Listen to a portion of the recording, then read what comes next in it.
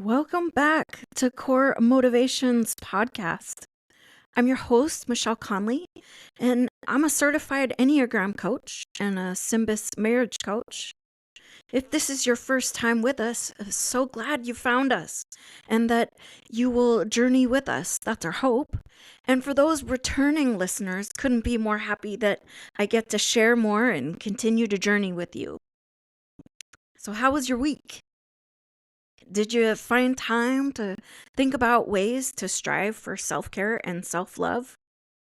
Well, I've been marinating on this question for myself this week, and I realized that when you don't purpose to focus on your needs, i.e., self-care, then it doesn't get done.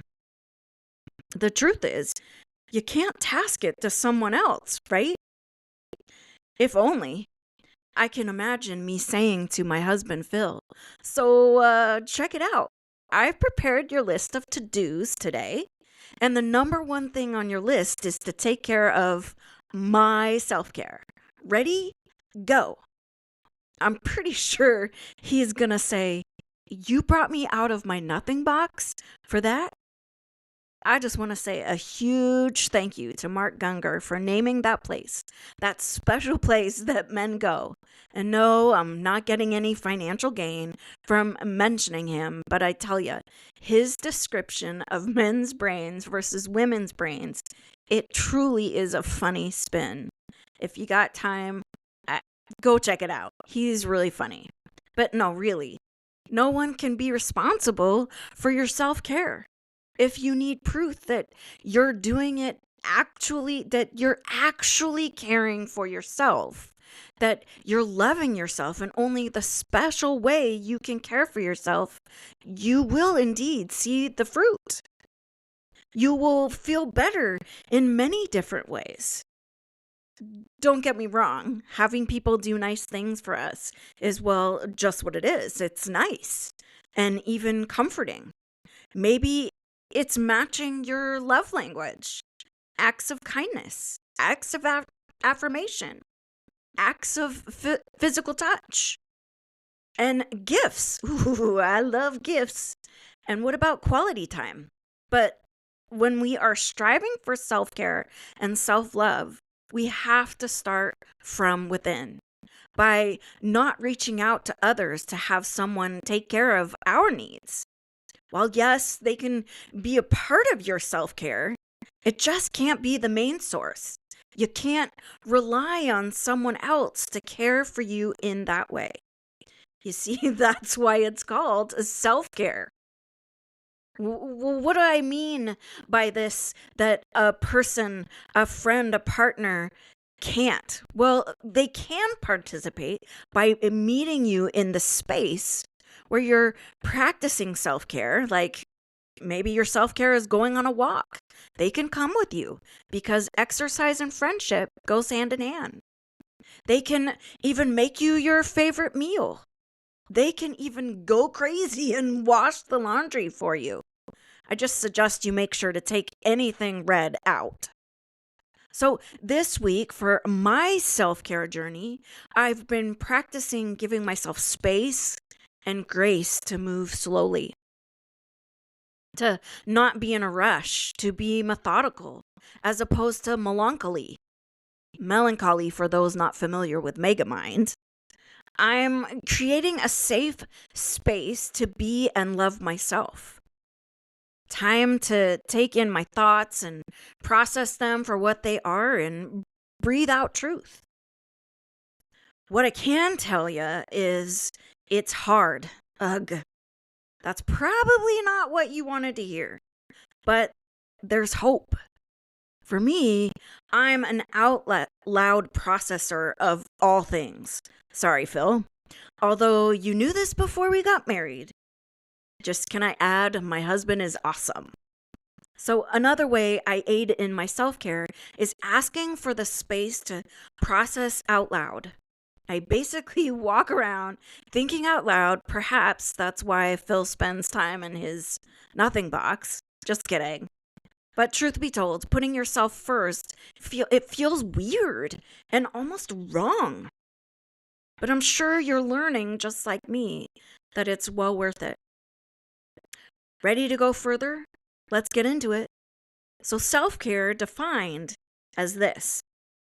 Self-care is taking a proactive steps to look after one's own well-being, including physical and mental and emotional and spiritual health. It's a proactive process that empowers individuals to manage their health effectively and confidently. Self-care is not selfish, but rather an ethical responsibility that allows individuals to thrive and show up as their best self. It's also defined as the act of consciously taking care of your physical, mental, emotional, and again, spiritual well-being. It involves in prioritizing your needs, engaging in activities that promote health and well-being, and establishing healthy habits. Essentially, it's about honoring your limits, protecting peace, and focusing on your overall wellness. So, self-care, as described from even the biblical perspective, I just ask that as I share this part, please listen with an open mind and don't worry if you're not familiar with these biblical principles. That's okay. My hope by sharing them is that you can take them to heart and or apply them according to your spiritual beliefs. So what does it look like? Prioritizing rest and relaxation. Well, the Bible insists on rest. Perhaps you've heard of the Sabbath day. Jesus himself often withdrew from solidarity and places to pray and rest. And Jesus instructed his disciples to rest, caring for our physical bodies. And the Bible teaches us to care for our bodies as they're temples of the Holy Spirit. This also includes practicing self-control and disciplining our bodies, caring for our physical needs. It is a way of honoring God. So what about spiritual well-being? The Bible emphasizes the importance of prayer, spiritual meditation, and studying God's word. And Jesus, he modeled prioritizing, prayer and spending time with God. Spending time with God can lead to restoration and a sense of peace. Balancing self-care with serving others is another way. The Bible teaches us to love God with all our heart, soul, and mind, and to love our neighbor as ourself. We can't effectively serve others if we neglect our own needs. Self-care is a way of being a good steward of what God has given us, allowing us to better serve him and others. And lastly, we're talking about avoiding extremes. So while self-care is important, it's critical to avoid excessive self-indulgence or neglect our needs. See, the Bible, it encourages us to be mindful of our body's limits and to partner with the Holy Spirit in discernment. True biblical self-care is about partnering with God to know our body's needs and taking time to care for our physical, spiritual, and emotional well-being, which is the definition of self-care. But in contrast, here's another way to look at these points of self-care and spiritual ways to care for our bodies. So I want to offer these concepts of self-care as well. So what about mindful eating and gratitude, where we slow down and take time to savor each meal and appetite, the nourishing it provides, and express a gratitude, thanking your body for its ability to process food and provide energy. Choosing nutritious foods, recognizing that food is a gift from God or nature, and choose options that nourish your body. What about movement as a spiritual practice, like yoga? Yoga integrates mind, body, spirit, and it fosters a sense of union and well-being. What about dance? I love dance. Dance can be a joyful way to express oneself and connect with the body's rhythms. Walking or other physical activities, where we engage in physical activity with intention, recognizing it as a way to honor the body and connect with nature. And then, of course, there's meditation and prayer, which we talked about earlier. Mindful awareness, practicing body scans to cultivate a deeper connection with our physical form. And we can do that with daily rituals like incorporating prayer and gratitude into our daily self-care routine. Recognizing the body as a temple of the Holy Spirit. There's also breath prayers where you use breathing exercises to connect with your body and invite spiritual presence. But just like I said before, we have to have boundaries and the ways in which we offer self-care by respecting our needs. And we do that by establishing boundaries around our physical and emotional needs to protect your well-being. So when we prioritize self-care and make time for activities that nourish our bodies and minds, such as taking a bath or getting sunlight or engaging in creative pursuits, those are parts of self-care. But last is that we commit to self-care by practicing self-compassion and learning to love and accept your body as it is. So how about it? You want to set out on this journey together and press in and self-care ourselves? Is it okay to say it that way? Self-care ourselves? Let me also just put a caveat out there. Self-caring ourselves doesn't mean that if we're struggling with depression or anxiety or even an illness that we don't seek medical attention. On the contrary, we need to seek medical professionals to help with those things and more.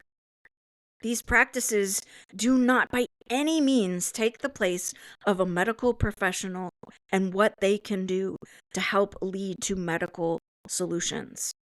I'm not telling you what to do, but please don't ignore the signs and seek medical help when things become out of the realm of self-care. But for the sake of this podcast, let's stick to ways to accompany things you might already be doing for self-care as we discover new ones. As I like to say, level up. That brings me to the next question. Do you ever get started on something and get derailed? Maybe it was an illness or your schedule or boredom. That can be a big one for me. Tiredness, distraction. I would say that that's an even bigger one for me. Thank you, ADHD. You're not my best friend. Or maybe someone said something to you. These are examples of things that can derail you from self-caring yourself. I'm sure we could come up with so many things that derail us from our purpose. And it can be unfortunate that it takes the focus off of our goal to love ourselves through self-care. The focus is self-care and the world around us, people, our family, and so many other things that can keep us from focusing on self. So just for a moment, indulge me. When you're on a plane and they go through all the important things to know during the flight, should there be an emergency? You know, that one part where they're talking about your oxygen mask.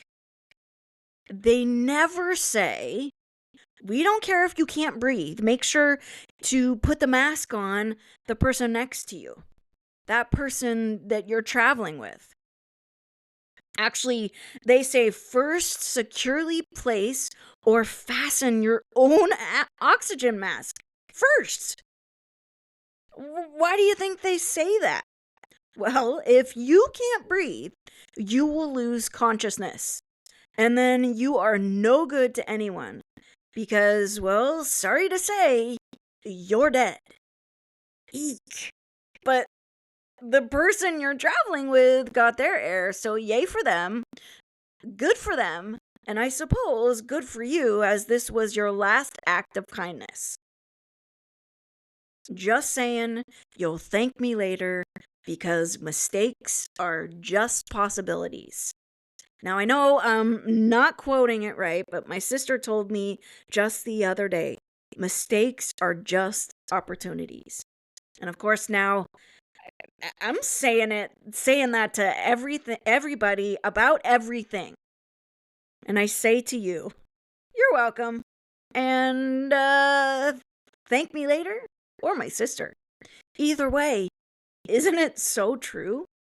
Wouldn't you agree that self-care it's not a luxury, but a necessity for maintaining well-being and preventing burnout?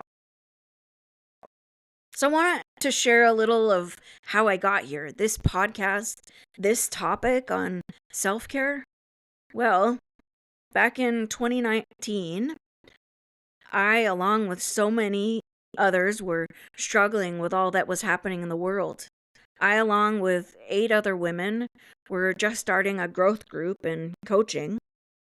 And when I met with my coach for a one-to-one, we talked about my goals. More specifically, what are things I want to accomplish? This was such a strange time to be doing coaching, as the world was dealing with something that I personally have never experienced before. The COVID pandemic, gosh, that seems like profanity or something. Anyways, here I was in such an uncertain time, talking about future goals. I still find it so difficult to describe how much I needed coaching. This time to focus on what happens after this. What's next for me? I needed the push and encouragement from an outside source to stop me from spinning out on my thoughts, to help me stop procrastinating and taking care of me. My coach helped me to dream out loud so I would stop focusing on the what if I can't do this, and focus more on if there were no obstacles, what would I do? What do I see myself doing in the future? And what do I want to do? I wish I could say that I jumped up and got to work on the podcast or the book study or the TED Talk I wanted to do. Man, I sound ambitious. Those things that were on my list, but I didn't. I didn't start. But I did proclaim that I wanted to preach at 10 different churches in a year. And what that goal looked like was that I would map out my plan, prepare my spiel, and in 1 month's time, I would have those established and on the calendar. This was so daunting, but wouldn't you know it, in less than a week, I had all of those calendared for the year in just a few phone conversations. Truly self-care in action. But one of the things on my goal list took me almost 6 years to start, which was a podcast. This very podcast. I don't know about you, but sometimes I think to myself, why, Michelle, did it take you so long to do something that fills your cup? Instead of building myself up, I offered shame and guilt. I would say that is the opposite of self-care and self-love, wouldn't you? Now, you can, if you want, insert your name in this same kind of thought if you need to, Although I don't recommend it, it's counterintuitive. Even though things didn't happen the way I thought, when I gave space, I allowed myself and am reminded that everything has a place and a perfect time. And so now is the time. And truth be told, I'm so incredibly grateful for this time and this opportunity and incredible adventure that I get to take with you. While it's been a long road to get here, I want to encourage you all that it might take time to take that leap and do something you want to or need to. But no, it can happen. And it starts with, you guessed it, self-care and self-love. So that brings me to the next part of this journey. Let's do a quick recap. First, we start with defining self-care, right? And then we acknowledge how important self-care and self-love truly are. And then the next step was that we put on our own oxygen mask. And then next, we have to remember that mistakes are merely opportunities. And then we take that leap forward. So are you ready? Would you join me as we lean into the Enneagram, which is our base tool that will lend itself to self-care and self-love? I have to say, I have a lot of questions, and I'm sure you are asking, what is the Enneagram, and what role can it play in my journey? Well, the Enneagram, spelled Enneagram, Enneagram. The Enneagram, it comes from the Greek words ennea, which means 9, and gram, which means a drawing. So the word Enneagram is represented by a 9-point geometric symbol. And the Enneagram, as you will learn, it provides language to describe things about yourself, to describe and clarify others' actions and personality that maybe you just don't know, or for yourself how to express. So maybe the ways we can act or behave, it can confuse others. It appears as though maybe you have hidden motives, thoughts, and behaviors towards someone else, or even them, you. So the Enneagram, it's a tool that can bring clarity. That big question we often ask, why? Why do I think that way about myself or other people? Giving understanding to the why I do what I do. This tool, the Enneagram, helps put that into perspective. It gives the right shade or tint on your glasses, lending itself to understanding of the who I am in a healthy way as it relates to yourself and to others. So, just like the oxygen mask to help us breathe, the Enneagram, it's our GPS. Beth McCord of YEC says it this way: it reveals why you think, feel, and behave in a particular way so you can steer your internal life in the best direction for your personality. And just as well, the rumble strip helps you veer off the highway. The Enneagram can help keep you on a healthy path. So keep in mind that the Enneagram is a typology that gets to a person's why do we do what we do. It also offers that opportunity to delve into your heart's motives. So here's a recap. The Enneagram is a tool. It is a GPS system that tells us where we are, where we're heading, and how to get to our destination. And the rumble strip, just like is used on the highway, helps us not veer from that course. And the hard part, but I believe necessary, about the Enneagram is that it can expose and reveal parts of our personality that is deep in the inside where the unhealthy side of us resides. So when you and I are trying to map out ways of self-care, it's important to understand some core things about yourself, ourself, your individuality, and how you're hardwired, and breathe life into those healthy parts. And we can learn from the unhealthy parts. Remember, just like mistakes can be opportunities, understanding the unhealthy parts of us can lead to living in the healthy parts effectively. To speed up that process of understanding your Enneagram type, just as I did many years ago, take a quick little journey over to my Instagram page, core motivations _ coach, and take the free assessment. And after you take this assessment, you'll be emailed your results. It's pretty cool. It's pretty instant. And then the hope is that it will lead you right back here to this podcast to spend more time with me as we discuss the different Enneagram types and how that might resonate with you. It can help you discover your specific, special, and unique ways to self-care yourself and self-love. This will help you get familiar with what's to come in our next episodes.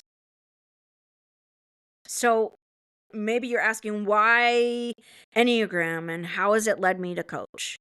Well, the truth is that I didn't see myself as a life coach or a coach of anything.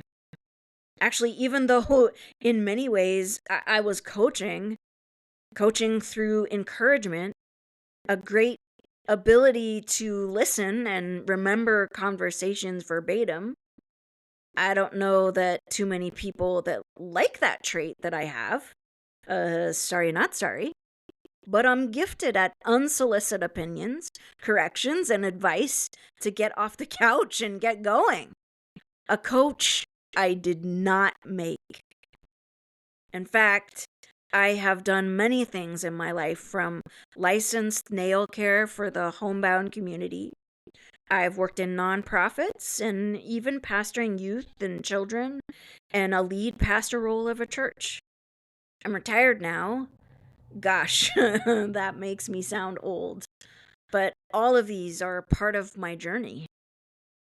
The thought that kept me driving into coaching was the thought and the things I believe to be true, which were, aren't I supposed to have it all together and know what I'm doing? You know, be an expert and healed from all the garbage life has thrown my way?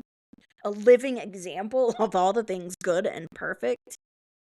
All before I can help others? What a horrible thing to think. This is incredibly discouraging that I did to myself in every way. A roadblock and truly a complete waste of time. What junk, right? I got to experience coaching and therapy at the same time from two different people, and I think it's the best. And you get so much out of each. Just saying, for me, that process paired well. I can't recommend it enough.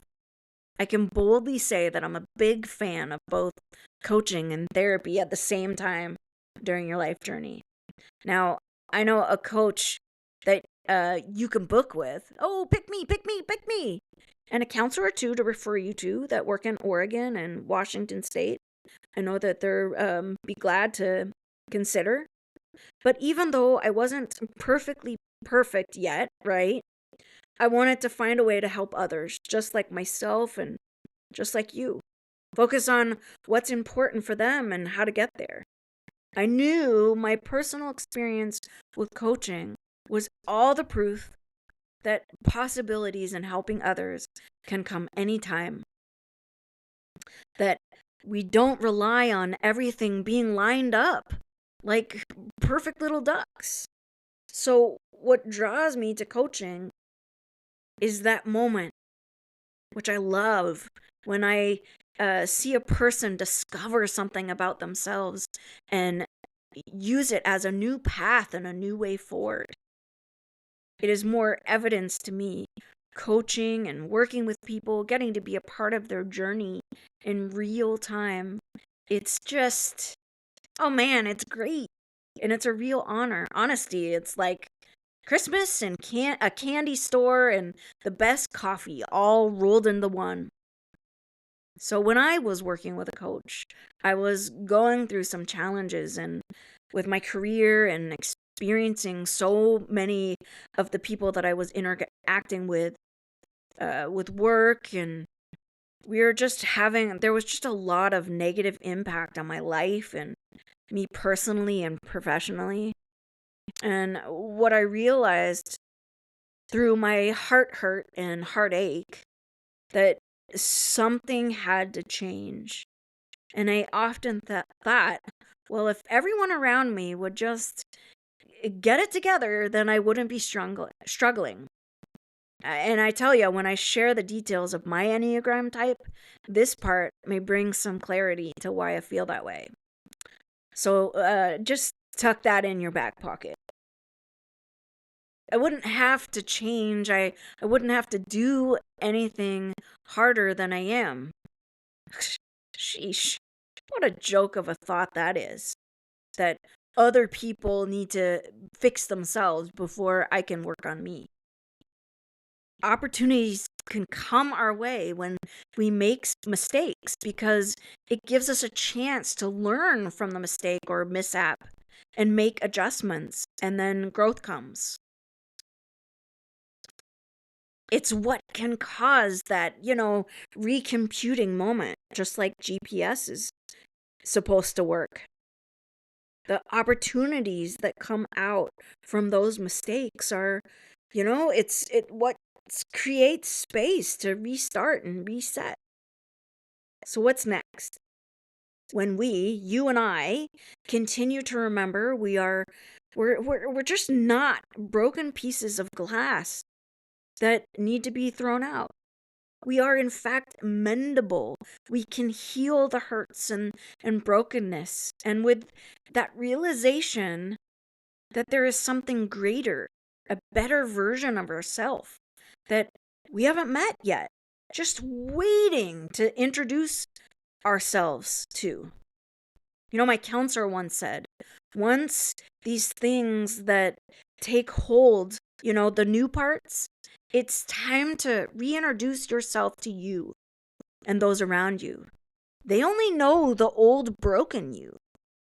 But I also want to encourage you that we can't forget to mourn the losses, whatever they may be, and remember to give ourselves grace. All these things will be a demonstration that you are self-caring yourself and self-loving yourself with open arms. Wouldn't that be great? Remember last time when we were together and I shared my I am list? Well, so as we end our time together this week, I just want to encourage you to make your own I am list. These practices, they're not gender specific. This is for all people. So as you sit down to prepare your I am list, remember this list. It's about the truth of who you are. So let me get you started. On your I am list, start things to say that I am smart and I am brilliant and I'm faithful and I'm beautiful or handsome. I'm powerful and I'm trustworthy, and so on. This is an opportunity to practice both self-care and self-love. I want to encourage you to take time to explore your I am list. And then take time to meditate on that list. In fact, put it somewhere that you'll see it. My hope is that these truths will catapult you into seeing yourself with different lenses. Okay, so here's another way to show self-care. It's called a gratitude journal. And there are some great prompts online So you could also, of course, purchase a journal from Amazon. It's called the Great Journal, or sorry, the Gratitude Journal. Or, there's a good old notebook titled 5-Minute Gratitude, or whatever works for you. So here it goes. This is what it looks like. The 5-minute gratitude exercise.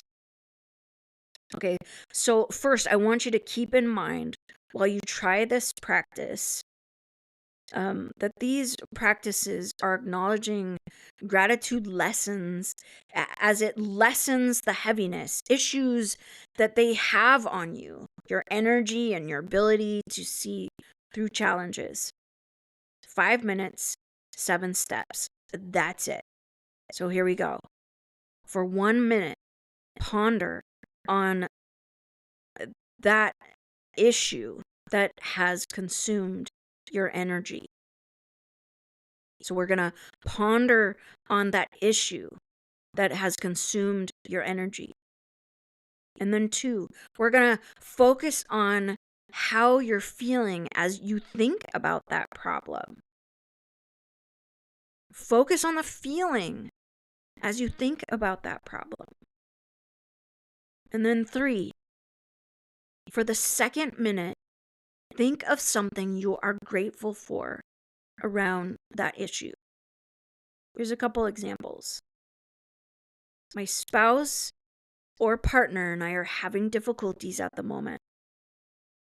I'm grateful for my best friend as I can call and talk with and feel I have someone who I can share my feelings with. Perhaps I have gratitude for a bill I paid off so that I don't have that expense presently. Another example, I have abundance of love and support in my life to see me through experiences I'm currently going through. So you're going to take a couple minutes as you're processing that struggle that you have and think about examples of things that you're grateful for from those experiences. So again, these are just examples to get you going. Think of what is in your life around that issue that you can honestly be grateful for.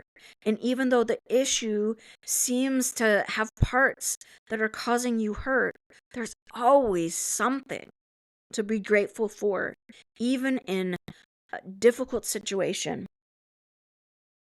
It may require a bit of searching, but it's there. Okay, you ready? Here's number 4. Once you have identified that which you are grateful for, close your eyes and focus on it. Let your thoughts wander, and soon other things for which you are grateful in other areas of your life will begin to speak up. I love this quote that's most commonly associated with Norman Vincent Peale. He says, "Positive thoughts attract positive thoughts." So you're going to take that time to just be in the moment and let your thoughts come to the surface about those things that you're grateful for. Okay, and number 5, as these thoughts speak to you, imagine there's a volume knob inside your head. A physical knob, not like the one on a car radio, not the digital one that I'm talking about. I'm talking about an actual knob. Now envision you're reaching out and turning up the volume on these thoughts of gratitude to a point where it's comfortable, but it stretches you a little bit. Okay, so now you're turning up that volume to hear the things that you're grateful for. Okay, here's number 6. Are you ready? Here we go. Just like that song that you cranked up the volume because it feels good, let this volume of gratitude fill you with that same sense. Okay? So we're turning up the volume of gratitude so that it will fill you with that same sense, that you'll actually start to feel it and be in it. And the final step, here we go. Notice how you feel. Hold on to this feeling. And when you feel yourself stuck by the situation, go find these feelings and think of another thought of gratitude to add. And when you find yourself being stuck down in the woe is me syndrome, or even consumed by your problems, stop for 5 minutes and go back to these gratitudes and even allow yourself to discover new ones. Write down the things that you discovered in this practice. These 7 methods of the gratitude practice is a great way to just pause. Now, I'm going to post this on my Instagram page so that you can see it. And again, that's core_motivations_coach. I hope that you take the time to do that. So now you have your I am list and your gratitude practice. These are 2 ways to show you are self-caring for yourself and self-loving you.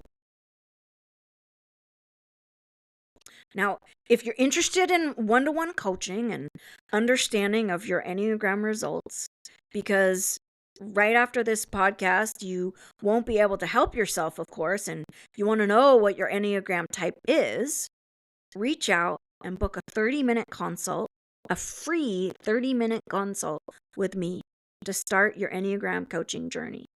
And again, you can contact me on Instagram at core_motivations_coach. And you can also email me at michelle.coremotivationscoach.com. michelle.coremotivationscoach.com. And some quick legal stuff. This podcast is for informational purposes only, and it does not constitute professional advice. This podcast is not a substitute for medical care. And the materials, videos, and books referred to in this podcast are recommendations only. And the views expressed by our guests are their own and do not necessarily reflect the views of the podcast host, that's me, or sponsors. So join me each week as we dive into all things Enneagram, self-care ideas, and self-love patterns and rhythms.